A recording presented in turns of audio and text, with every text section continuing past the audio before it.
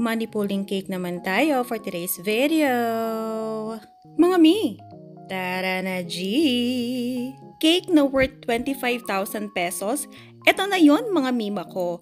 Napakaswerte talaga nitong customer natin kasi sa 50th birthday niya, niregaluhan siya ng money pulling cake ng kanyang mga anak.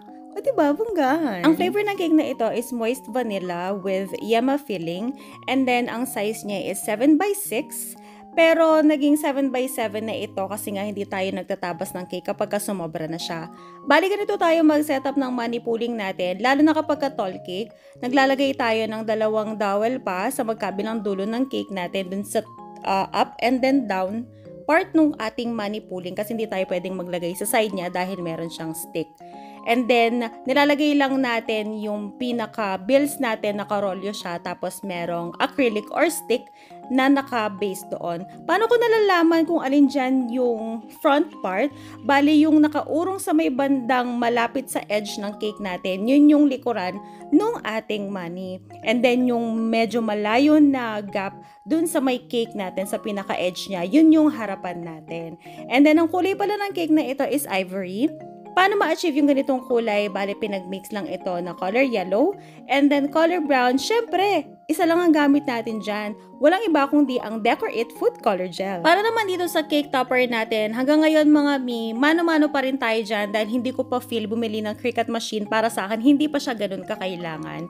Ito naman pinaka-border design natin sa taas, 1M piping tip lang ang gamit natin dito and then ang stroke natin is magsimula sa baba, pataas, baba, taas. Para makuha natin yung ganitong technique.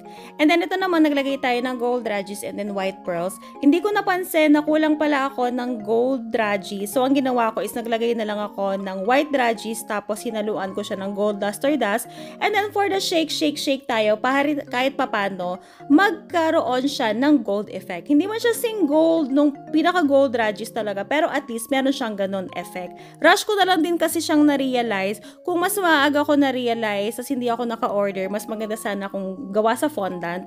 Pero nung time na ginagawa ko to, yan din yung time na kailangan nang i-deliver yung cake. So, wala na tayong oras. Kaya for the, lagay na lang tayo ng luster dust. Iba-ibang sizes ng radges yung nilagay natin dyan para mas maganda yung effect niya. Actually, itong theme na ito or yung design ni customer, yung sinend niya sa atin is yung mini version na ginawa na natin before. Pinalaki lang niya. And then yung dedication, sabi ni customer, icing na lang. So, kahit hindi tayo ganun kaganda magsulat, ayan, pinaglaban natin ang pagsusulat sa cake. Nakalimutan ko pa nga na meron palang gold na design or color ito sa taas. So, inisprayan ko na lang siya ng gold luster dust sa taas para may dagdag shimmer sa cake natin. At ito na ang final result! Wow! O diba, ang shala ng cake natin, napakasarap tingnan sa mga mata. And that's it for today. See you on our next video. Bye!